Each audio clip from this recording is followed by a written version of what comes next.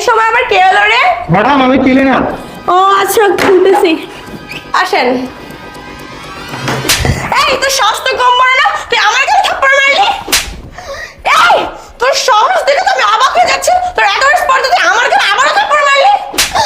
এই ছোট লোকের বাচ্চা, তুই বলবি তো তুই আমাকে কেন মারছিস? ম্যাডাম আপনাদের সময়ের মূল্য আছে, আমরা ঘন্টার পর ঘন্টা দরজার পেছনে দাঁড়িয়ে থাকি, আমাদের সময়ের কোনো মূল্য নাই। আপনারা ভিতরে বসে মজা মাস্তি করবেন আর আমরা দাঁড়িয়ে থাকবো। হ্যাঁ, আপনাদের লজ্জা লাগে না আমাদেরকে এরকম বাইরে দাঁড়িয়ে করে রাখতে?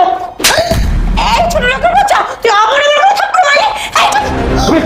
একদম একদম গায়ে তুলবি না, একদম গায়ে তুলবি না। এই তোর সাহস তো কম বড় না, তুই আমার হাত ধরলি? আসি আসি।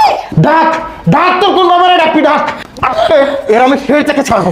এই তোর সাহস তো কম বড় না, তুই আমার স্বামীকে আমার বাবার সাথে সমতুল্য করিস?